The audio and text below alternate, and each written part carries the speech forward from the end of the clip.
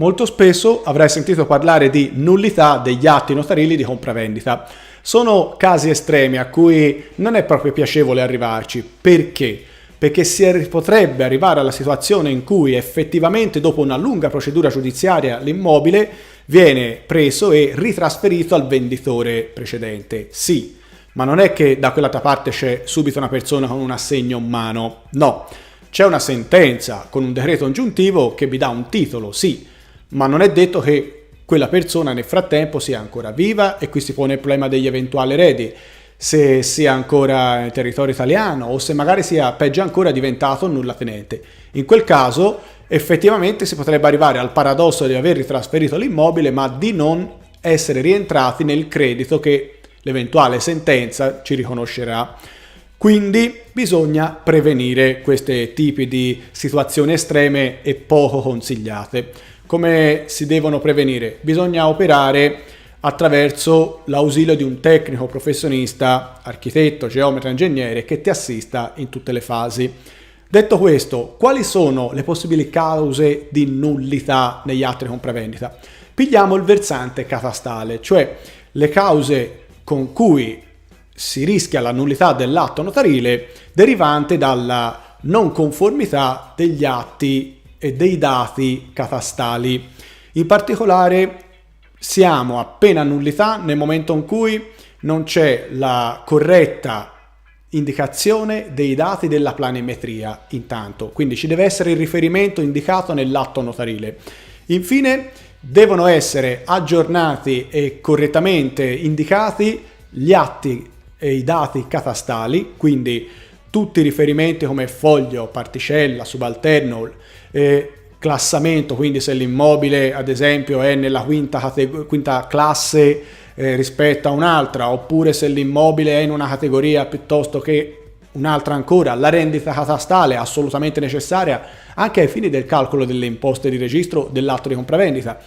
Infine, cosa anche qui molto importante, la corretta intestazione dei proprietari nella visura catastale. Perché? Perché anche questo è uno dei dati essenziali che caratterizza tutti i riferimenti e tutti i dati catastali da indicare nell'atto. La normativa a partire dal 2010 esige che negli atti di compravendita siano tutte correttamente aggiornate e coerenti e conformi all'effettivo stato dei luoghi per la planimetria e alle effettive risultanze. Quindi in visura catastale non può esserci indicato ancora l'intestazione del vecchio proprietario di 2 contratti notarili fa rispetto a quello attuale. Bisogna che ci sia un aggiornamento.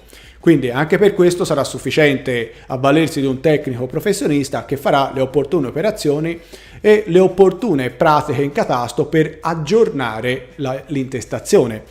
Planimetria catastale, anche quella deve essere conforme, quindi la scheda, la planimetria cartacea, o comunque quelle che si compilano in maniera digitale tramite le procedure DOCFA, quelle dovranno essere aggiornate in via digitale possibilmente e dovranno essere conformi all'effettivo stato dei luoghi. Ora, il problema nodale e il dilemma che viene sempre è questo.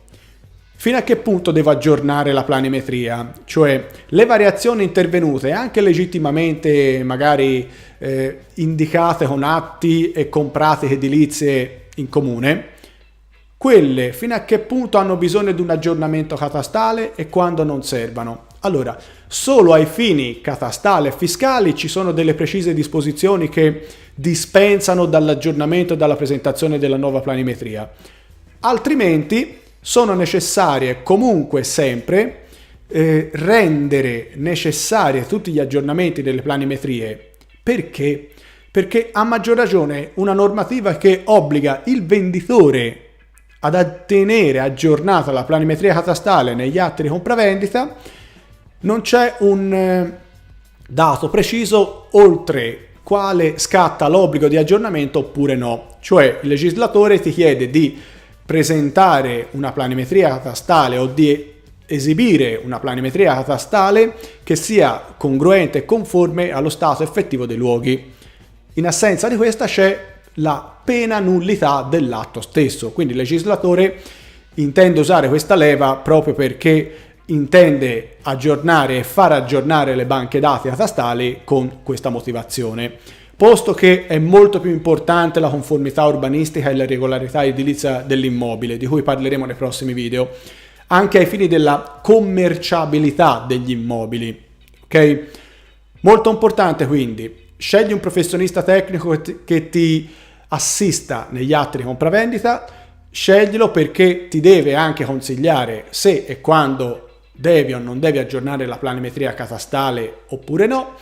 Soprattutto dovrà essere presente all'atto notariale di compravendita per eventuali osservazioni o eventuali dubbi, perché te all'atto notarile, te venditore, non puoi avere tutta la cognizione di questa materia molto complessa. Infine voglio darti un ultimo consiglio. La planimetria catastale deve essere sia aggiornata e conforme allo stato effettivo dei luoghi, tuttavia deve esserci una continuità e una congruenza anche con gli aspetti urbanistici ed edilizi. Con questo video è tutto. Se ti è piaciuto puoi mettere un mi piace, lo puoi condividere sui social o puoi inserirlo nel tuo blog, lo puoi anche condividere con amici e colleghi professionisti. Infine iscriviti al mio canale YouTube e riceverai i preavvisi dei prossimi nuovi video. Con questo è tutto, ci vediamo al prossimo video, un saluto da Carlo Pagliai.